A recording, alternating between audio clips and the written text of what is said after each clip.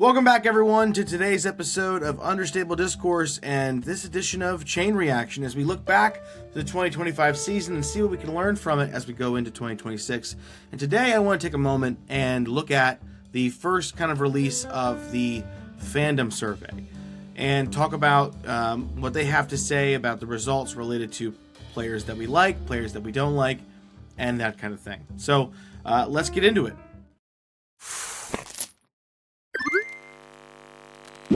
Alright, so we have two initial releases from Ultiworld for their Fandom Survey. If you don't know, every year Ultiworld releases this Fandom Survey that covers everything you could ever imagine within disc golf. They ask every single question. They say here that the survey specifically breaks down player perceptions, entertainment from the sport, engagement with the sport, sponsor perceptions, and a participant profile. And that's kind of how they break it down. And they ask everyone, how much time do you have to take this survey?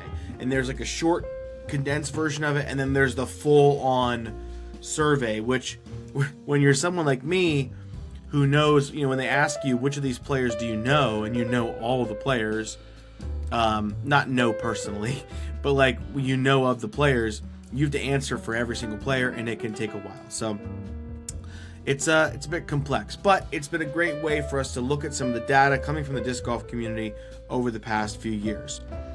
And I want to take a moment to sort of look at these first few posts from it and kind of give you a sort of a, not live, because obviously we're not live right now, but a bit of a initial reaction from me.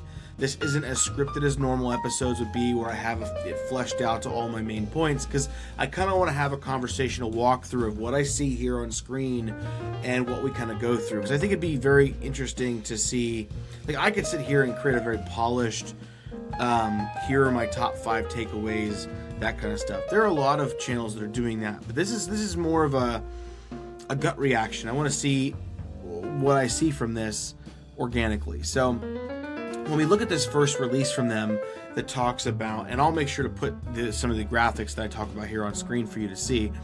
When we look at this, the first release, which was the survey itself and who took it, the first number that pops out is that they are saying that 10,000 people took this survey. So they had 10,000 survey respondents, and 8,500 of them completed the entire big survey.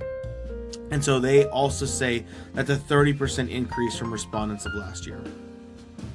Now I want to stop right here to talk about the fact that, do I think 10,000 is a lot of people? Does it make for a great sample size? It certainly does. It is interesting to me that they don't get more respondents to this. Now I know the disc golf community is not very large, but I would imagine if they probably marketed the survey a little bit differently, if they made the survey a little bit more palatable for people, a little less time consuming for those who picked the whole thing, and they made the survey results more than just stuff to talk about on podcasts, maybe included some of the things here that we all would like to see, they could probably get a few more people responding to it than just 10,000.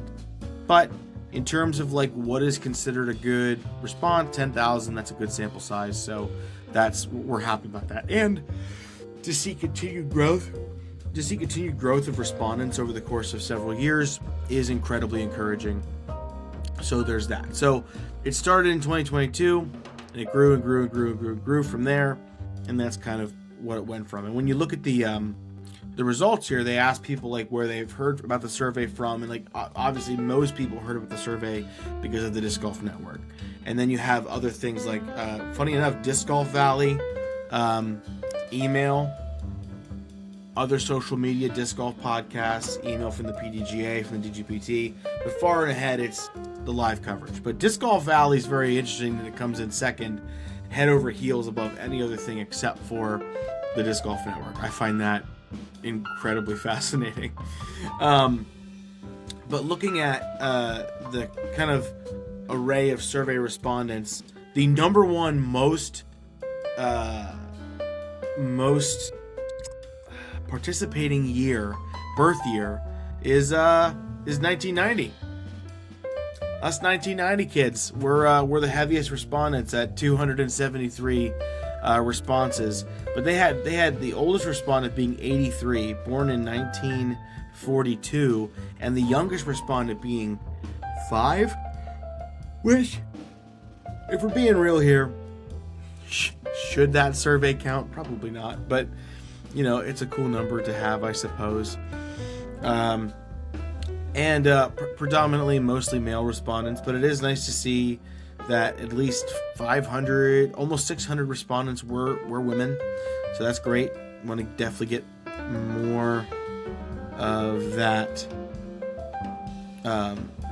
involved with these things. I'd love to see maybe some specific ones where you get a survey with respondents, like this is what the example of the survey responses would be from a completely a female perspective.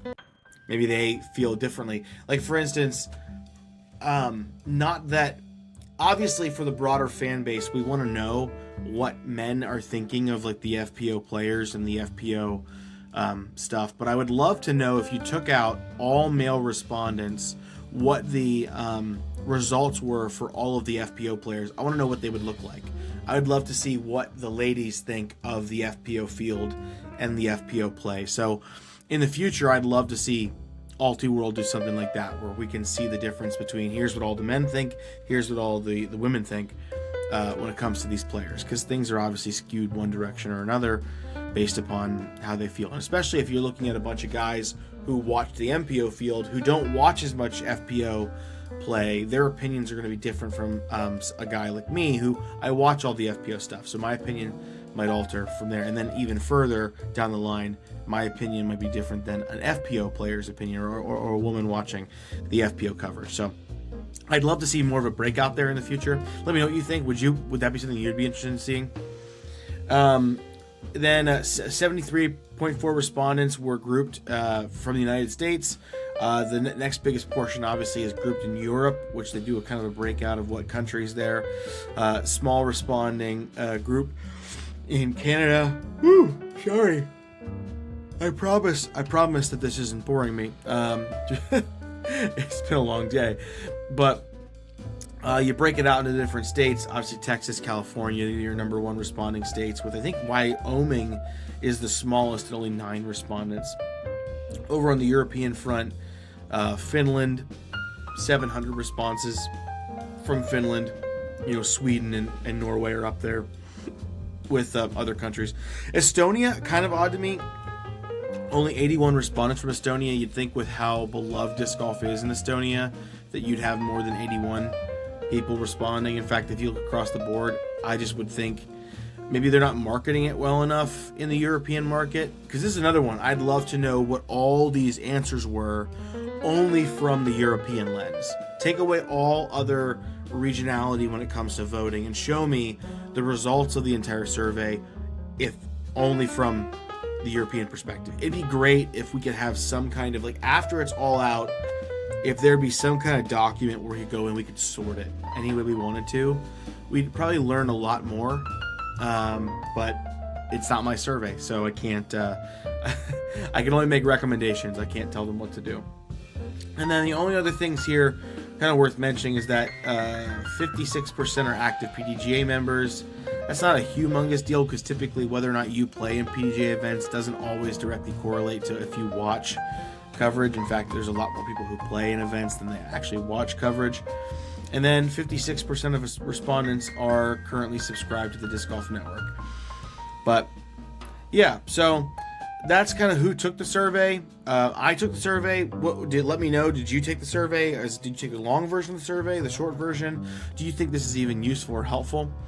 But jumping into the meat and potatoes, the very first major release for the survey results was their section on which pros do we root for and which pros do we root against. Although I would say it's much more which pros do we root for, because they're a little less inclined to tell us the information about pros that we don't like, which I'll get into here in a few minutes. But the way it kind of worked was they took 100 players, 60 MPO and 40 FPO, and that included 40 MPO and 25 FPO from the top on the Statmando official rankings prior to the survey launch, which it was earlier this year. And then they added 20 additional MPO and 15 additional FPO players that were selected based on a variety of things like media presence. So they list Jeremy Colling there, Chantel Budinsky, Madison Walker, people who are rising stars like Paul Kranz, Taylor Chosick, Sophia Donica, or longtime disc golf favorites who still compete on tour like Greg Barsby and Paige Shue. So that's how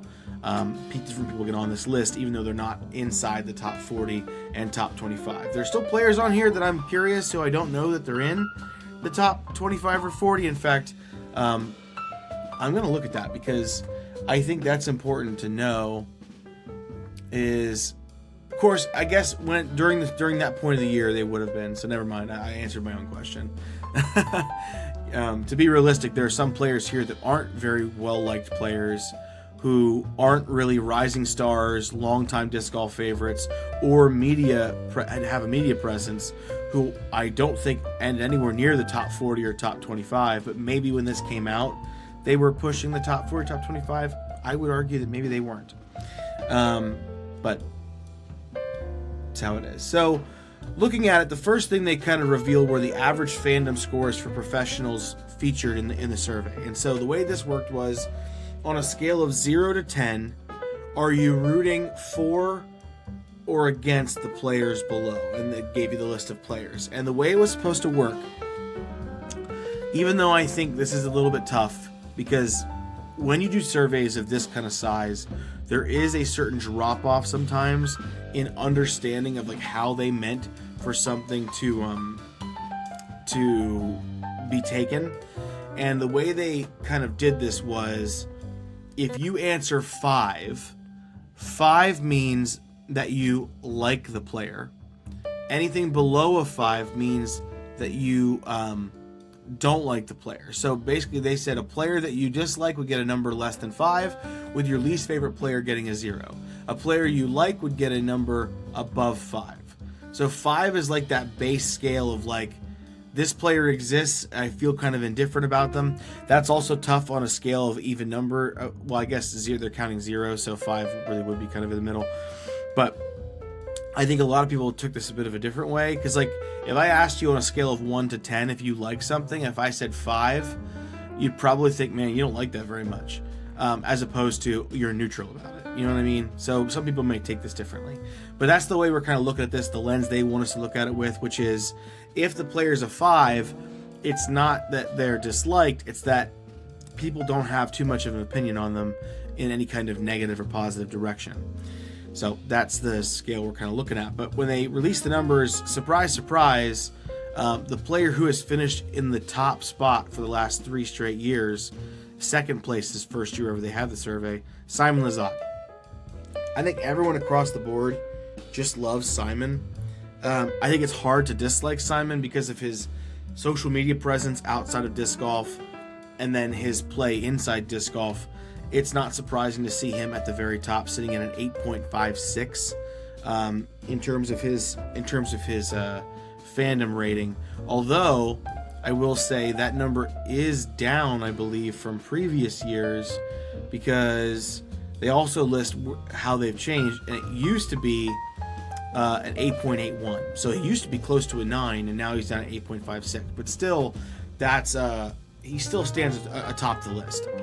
One of the most surprising things on this list is the number 2 spot, and that number 2 spot goes to Silva Saarinen at 8.34. She came in at spot number 7 in 2024, where I believe, according to this, she had the third biggest glow up of 0.71 on the score. So she went up 0.71 on the spots, which if you take that 0.71 away from her, that would drop her down to like, gosh, outside the top 10. So she'd be like 10 or 11, maybe 12th spot. So Silva Saarinen coming in second, and that means she's beat out Kristen Lott, who has pretty much dominantly held that number 1 spot or that number 2 spot, number 1 in FPO spot, ever since the dawn of the survey. She was the only person who beat out Simon Lizotte in 2022. for the first place spot.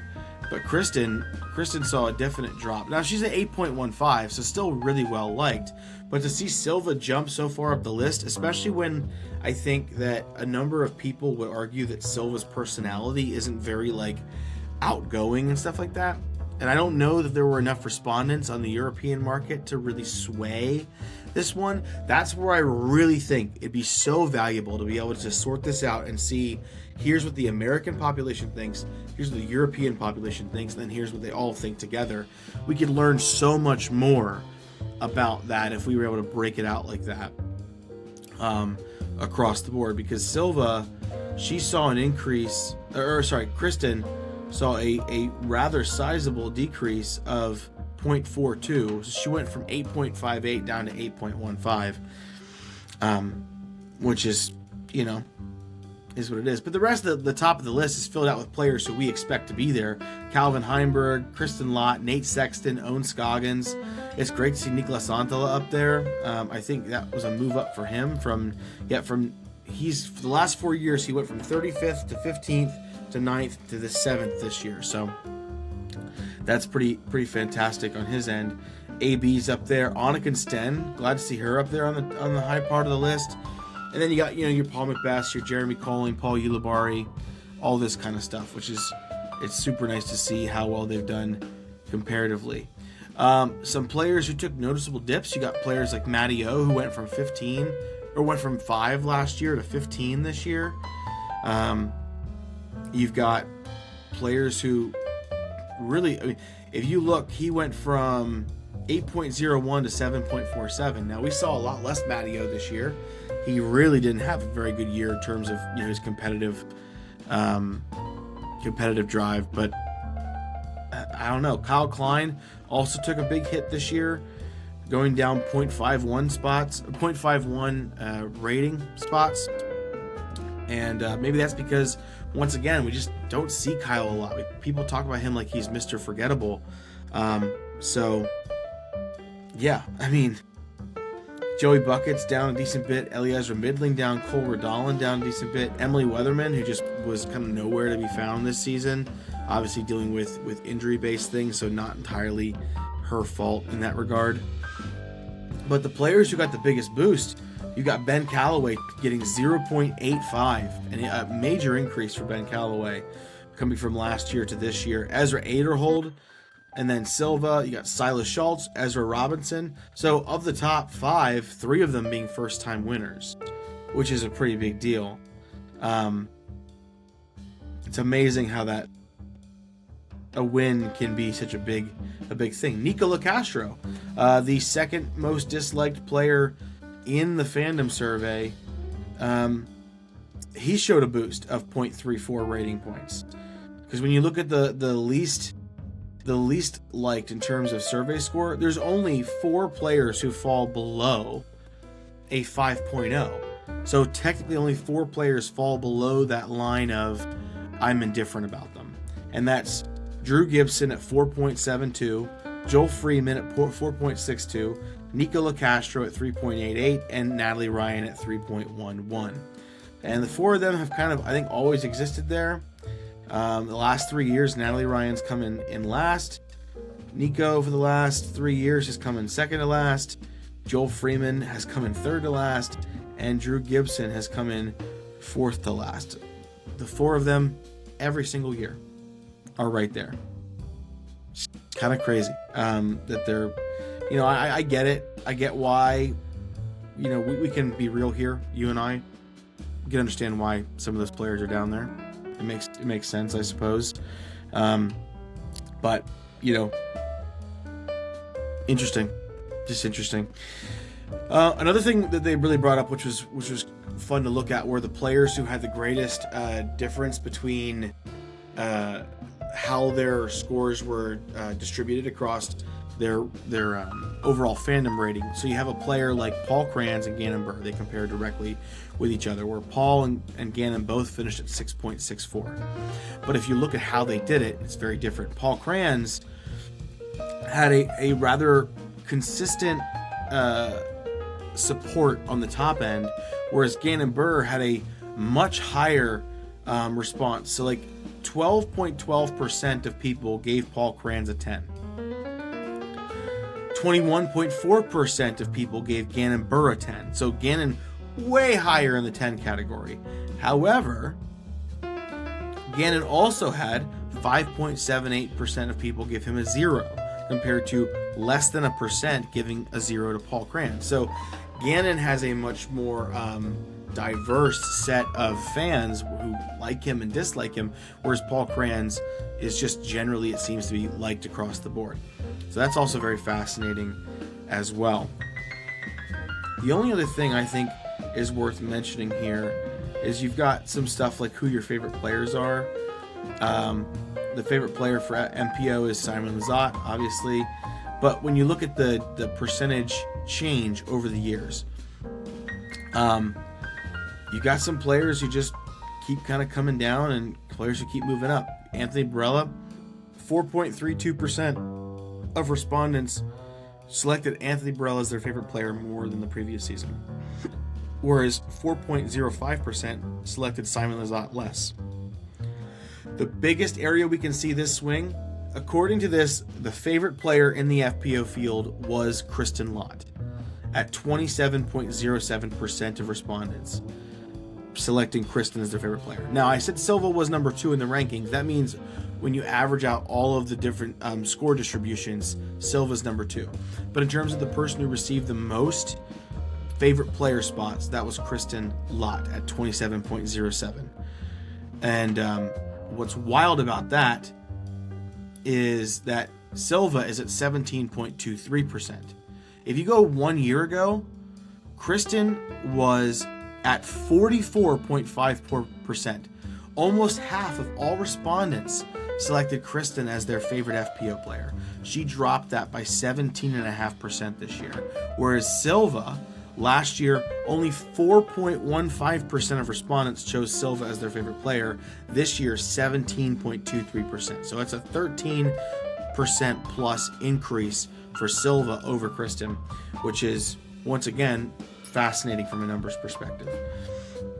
But that kind of rounds out a lot of what they have here. I would encourage you to go over to Ultiworld and look up their fandom survey stuff they put out. This last one was put out December 9th. I think the next one is going to be more specifically about how fans engage with the actual content. So we'll see what that shows us. But do I think these surveys are helpful in any way? And by helpful, do I think they really determine anything? Not really. Are they great to talk about and sort of, sit around and postulate what people think about different players? Sure, they make great content, but I'd like to see these surveys be more diversified. Like, I think that you get more value out of this stuff if you could see a breakdown of how Europe feels compared to how the United States feels, how female respondents compare to male respondents. That's when you can start looking at, okay, here are the players on U.S. soil here are the European players that Americans really like. Okay, how do we get those players on more coverage? Or we go over the other way, like how do we use American players that Europeans love to increase the amount of participation and attendance? There are different things we can get out of that can be, I think, a lot more helpful than just this broad spectrum response. So that's my opinion on it. What do you think? Do you care about the fandom survey? Is this something you even take each year? Is this the first time you're hearing about it? Let me know what you think. Do we need something like this, but easier to take with more, I would say, actionable results?